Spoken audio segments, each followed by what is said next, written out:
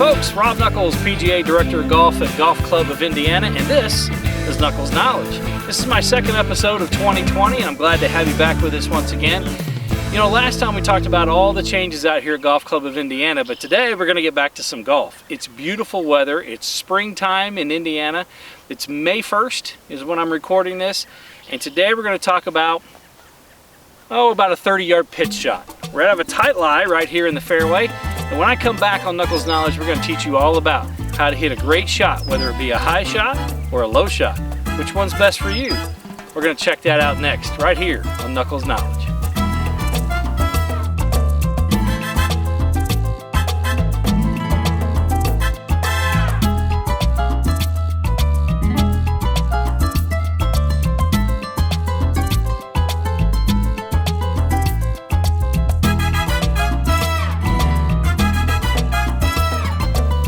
Welcome back to Knuckles Knowledge.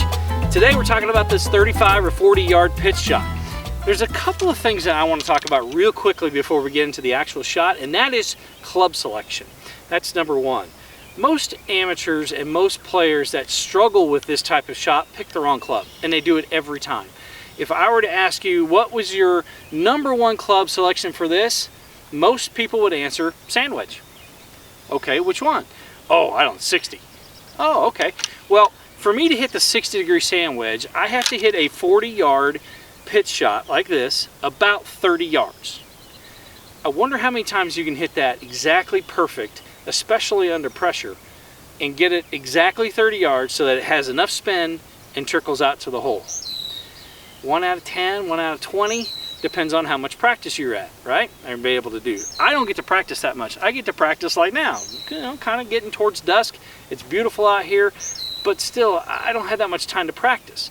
Touring professionals will hit a 60 or maybe even a 54-degree sand wedge like I have here, or 56, because they practice this shot an awful lot. What I want you to do is take a conservative approach on your golf club choice, but that way we can take more of an aggressive club shot towards the hole, right? So I want you to pick a gap wedge, right? Now everybody's got a gap wedge these days, and if you don't have a gap wedge, that's fine. Use a pitching wedge instead. The reason we're going to use a pitching wedge is because we don't have to do much. All we have to do is make sure that we hit the ball hard enough to fly to the green. Once it gets to that green, it's going to roll the rest of the way, right? So why pick a club that we have to fly and have such perfect, delicate shot in hands to make it go to a certain exact distance to be perfect? No reason to do that. All we're looking to do is do exactly what we've talked about all season last year, which was eliminate the big number. Eliminating the big number is a massive thing that you need to do to get better scores. So the only way we're going to make this shot work is if we use a conservative club choice with an aggressive shot. So as I go over here and I set these clubs down, I'm going to leave this 60 and this 54 over here on the ground because there's really no reason to ever use them in this type of situation. I'm going to grab this gap wedge, and the setup here is really simple. It's very similar to everything else we've ever done. We're going to be slightly open to our target, which means aiming left for a right-hander or right for a left-hander. So I'm going to aim to the left in this situation, and I'm going to put the ball slightly back in my stance. Now, I can play this ball somewhere middle to middle back part of my stance. I like it even closer to that. I like it right off my right heel, okay? Just inside that right heel. And the more back in my stance that I play the ball, the more open that I make my stance up here. I also narrow my stance. I don't want to get out here like this, like I'm taking a full swing. I want kind of a nice, small, kind of compact feeling when I get over the golf ball. So again, the ball's back in my stance, almost off my right heel. I've got the club face aimed at the target, and I'm going to play a little bit of a choke down here, just about ½ an inch or so, maybe an inch. And then I'm going to play a pitch shot. Now a pitch shot, remember if you go back to some of my earlier episodes, a pitch shot is just like one that you toss to your neighbor, right? So if you're my neighbor and I've got a ball in my right hand and I'm going to toss this to you underhanded, a pitch shot looks like that. A pitch shot does not look like this, right? So I'm not using my hands as I'm hitting the golf ball. I'm going to pitch it from here to there. So I'm going to make sure that I toss the ball, and that's the thought process that I want you to have in your mind when you hit this type of shot. All I'm trying to do is take this ball that's in my right hand, that's on the club, and I'm trying to toss the ball out there to the green. All right? So I go back to my stance, back in my stance, narrow up a little bit, aim left of the hole, and then I'm going to toss the ball just on the edge of the green. And if you notice, it barely got to the green, and it ran all the way to the hole. I mean, that's only about 3.5, 4 feet. One of the things I want to talk about in this particular episode is not only eliminating the big number, but one of my theories this year, my focuses this year, is going to be making the next shot. Whatever we do, we want to try to always put ourselves in a position, especially in trouble situations, to make the next shot. So I've hit myself in a really good position to make a par here. I've hit it really nice, I put it up there, and I'm going to have a great opportunity to make my next shot. So a 3 is going to make a great score on this hole, right? So again, a conservative club choice like the gap wedge or a pitching wedge, and doing this type of shot, just getting it on the green and letting it roll out to the hole, gives me a much better opportunity to make my next shot. Let's go through that again.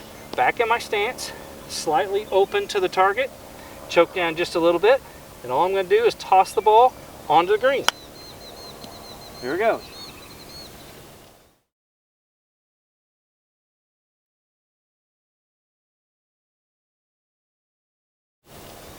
Now, I didn't do hardly anything with that shot, right? It actually landed short of the green, and I've still got about 4 feet left. That's pretty good.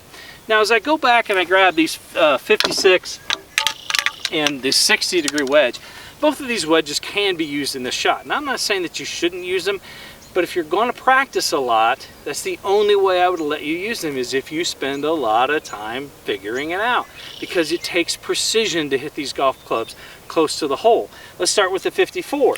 Not quite as much loft as the 60, definitely a little bit more than the gap wedge.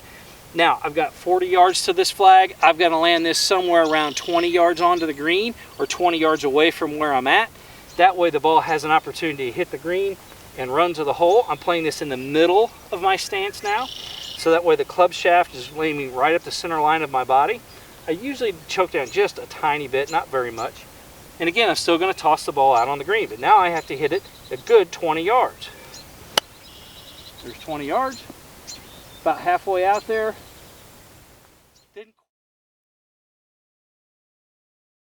Didn't quite get it to the hole. I've got about, what, 15, 18 feet there. So that's not going to be the greatest opportunity to make 3, but it's okay, right? Now, if I go to the 60, and this is where everybody chooses, remember, I would say 8 out of 10 people from this shot will pick the 60-degree wedge.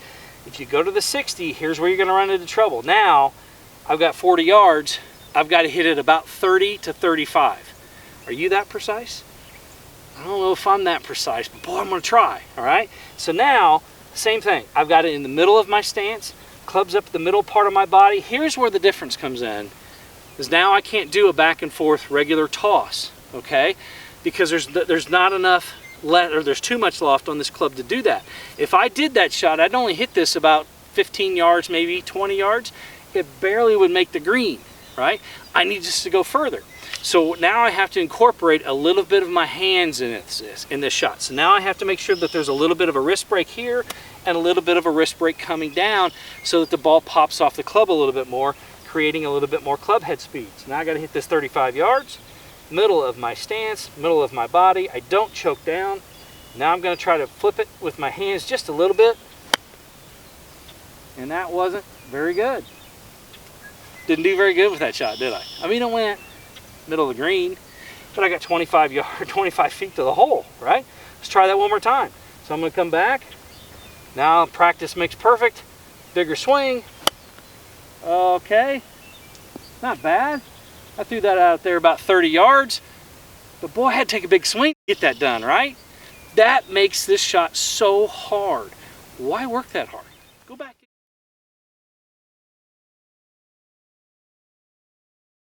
That hard.